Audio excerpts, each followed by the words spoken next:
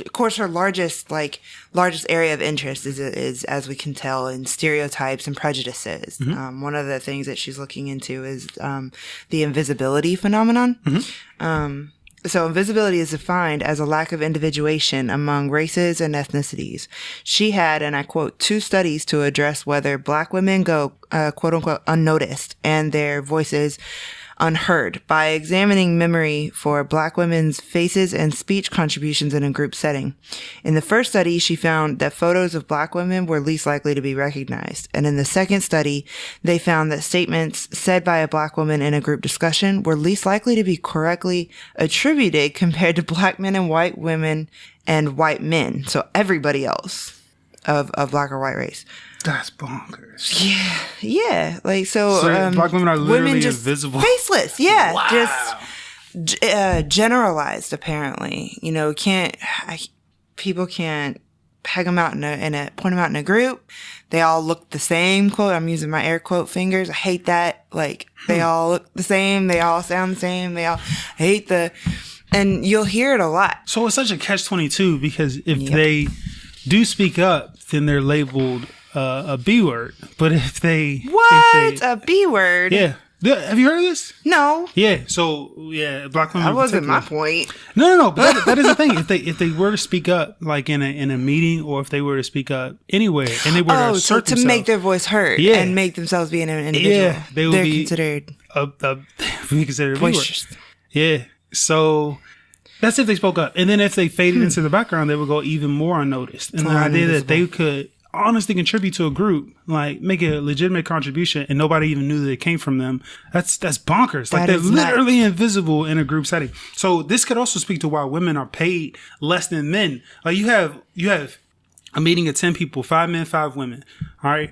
5 men speak up. Everybody remembers that it was the 5 men. All right? 4 of the women are white. One of the women is a Black woman. So the 4 white women speak up, and people attribute everything to the correct people. By name, usually. And then the Black woman speaks up, and nobody knows that she spoke at all. Nobody knows. I remember the contribution, but I can't remember who it came from. All right? Wow. When it comes to contract negotiations, when it comes to who's doing the most in this job, like you remember all of the men's contribution, probably the most, and then you remember the women in general second, and then Black women you won't remember at all. So when you talk about the income disparity between men and women, it's got to be a huge factor. Black women are literally invisible in a meeting. This has been consistent over history, like probably since I want to say probably since the days of implementing affirmative action. Because also that kind of happen around the same era as women's rights and things like that. Black women always at the bottom, no matter what. As far as salary, as far as opportunities, always at the bottom. Why are they getting overlooked? What is that? What is that phenomenon? I was curious. I have no clue. There was I did find a second study. There was a study I found on the ABA journal that talked about unconscious bias in the legal environment, where there were 60 partners from 22 law firms, and they were broken into 2 groups to analyze writing samples. So both groups received the same sample, but one was told it was from a white male, and the other was told it was from an African-American male. The white male writing sample was rated a 4.1 out of 5, and the Black male writing sample was rated 3.2 out of 5. They also found significantly more errors in the Black writing sample. The samples were exactly the same. Oh, wow. Is that exactly the same? Exactly the same. Wow. They said one was from a white male, the other was from a Black male. So you get it from all ends. Yeah, that's very interesting. There's how do you get over all these? Like, you have affirmative action to get your foot in the door, but you pass the exact same work as a white counterpart. I mean, it makes you say, like, of course we can't ever get rid of affirmative action because of that study right there. Like, there's always going to be something, like, just something in the back of someone's mind for whatever reason. The invisibility term that Dr. Sesko is referring to also goes along with I forget what it's, The Invisible Man, I think, is a book out there regarding, like, the Black male's basic feeling and, like, perception of being invisible in society. One example was there was, like, a little anecdote within the story about a Black lawyer had decided to take his his white male client out to a business lunch, to close some deal or whatever. They get out to this nice restaurant. From start to finish, it's like the black guy's not even there. The host asked the client for the reservation name. And then, so he speaks up, he's still handling it. He's like, no, it'll be my reservation, like the black guy. They get to their seat, the waiter comes up, and, he looks at the white guy first for his order, then the black guy. No big deal, might just be a coincidence, fine. Still moving on, the bill comes. Waiter drops the bill with the client. So again, you could tell how this is getting really awkward for this guy. This is his client, and he just got handed a bill. In any situation, that's mortifying. And if it was two white guys, this would be a big deal. To go to the manager, because you could just screw this deal up for me by being so rude to my client and giving him the bill. So that is a microaggression. But they're all lumped in together, because it keeps going. Yeah, and it keeps going, because so the waiter walks away. That was your bill. Okay, here you go. He hands the bill to the black guy. He pays. They're done. They head out. They get to the street. White guy's calls for a cab, sticks his hand in the air. Cab stops. All right, see you later. Thanks a lot, dude. And then they go.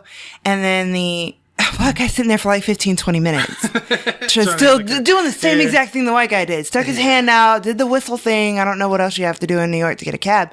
But I'm sure, same problem. And so, they're all little microaggressions. But at the end of the day, he comes home feeling like crap. Yeah. For what reason? Because he did the exact same thing that a white guy would do on any normal day with his job, with his client. But he got to go home feeling like a little less than a man, less than a person. Yeah. I wonder if that changes with economic prosperity. If the black community was known as being the richest people, would that change? Because I don't know if that exact same thing would happen to an Asian person or an Arab person. If African Americans weren't disproportionately the poorest people, would that be the same? Would we be invisible in the boardroom? Would we be invisible trying to hail a cab? Would we be invisible in society in general? Society in general is hard to say. I honestly, because you see little improvements here and there, and it's like you said, at this point, that story I said, you were like, those are microaggressions. Back in the day, those would have been full blown. You can't come in here, get out, and they wouldn't even be doing business together. So some of these actions and behaviors have turned into so-called microaggressions, because they're not explicit hate. Okay. It's time for a baby update. It's time for a baby update. Let's take a break. I want to take a break. I want to talk about baby. All right, let's talk about baby. Hey, this is my favorite part of the podcast now, because things are finally getting a move on, and I'm not nauseous all the time. I have begun, as of yesterday, my 10th week of pregnancy. How you feel? Is it nausea, constantly?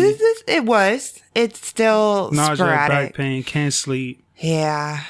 And your hair. My hair's wonderful today. Oh, yeah. I don't know what you're talking about. Yeah. Oh, yeah. No, this is exactly right. We don't start the video stuff for a while. Let them believe what they should believe. So right now there's a lot of, there's some negatives. My body still doesn't feel like its own, and things are weird. I sleep funky. I'm a baby factory. Yeah. You literally stitching together different cells of the baby. Yeah. Do you feel like you're making the actual baby, or do you feel I feel no. I can't actually, I wish I could feel little tinkering, tink, tink, tink, tink, tink, chiseling away at the little baby, but yeah.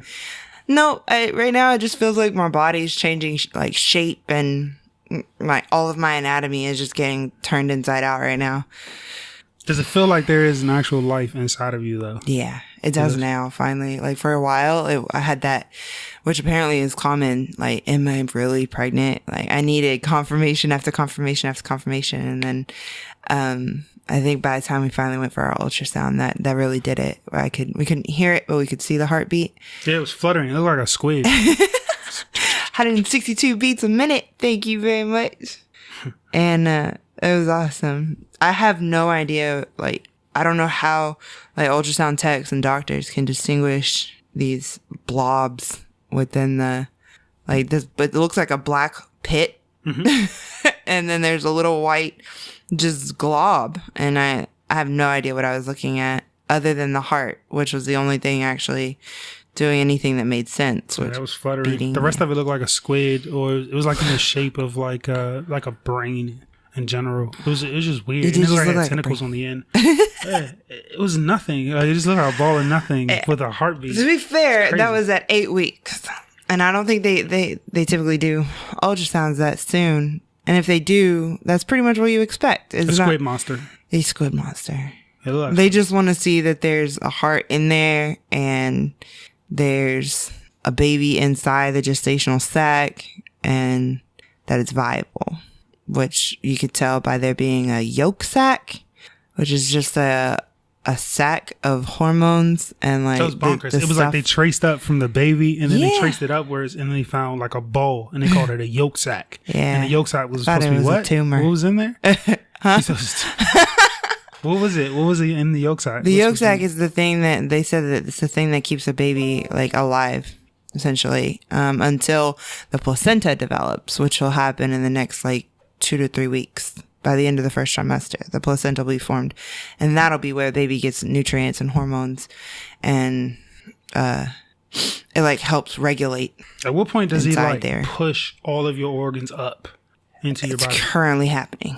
Yeah, but so okay, what you're thinking of is when does like the uterus rise out of the like the pelvic cavity, which will happen at the end of this month. Actually, by the end of this month, the uterus will expand above like my hips basically. And that's when like my guts will start getting squished up and compacted and switched around. I'm trying to imagine this on myself as a man and I can't even fathom it. I heard this crazy story once of a lady and she got either shot or impaled while she was pregnant. Mm-hmm. And, it was like an act of God, this like the miracle that they both, the baby and her, survived. But the fascinating part was where she was injured, where she had gotten like impaled or shot. I can't remember which, but it was a penetrating wound. Mm-hmm. And it would have been immediate, like almost instantly fatal had her body been like normal. Mm-hmm. But because her body had gotten shifted, like her anatomy was shifted during the pregnancy, like it missed like important organs and stuff. Wow. It's just crazy. I just thought it was interesting because it's like your kidney's like in your elbow now. I mean, every time you describe a baby, it sounds like something that should slowly be killing you. Like it's moving all your organs out of the way. Like if you said that there's a tumor and it's moving your organs out of the way, I say, okay, you got 6 months. That's the way that guys perceive like a lot of things about women. Like you talk about the details of a woman's period, and the guy is like, oh, I can't fathom it. Yeah, no, it sounds horrible. Yeah, same. Like women are just awesome. Apparently, yeah, no, it's weird. I don't feel awesome because I feel like I'm a big baby. Every time I turn around, I'm going, That is true. You are a baby. That's it for the show. Thanks for listening to PolyPsych Podcast. Subscribe on iTunes. Later.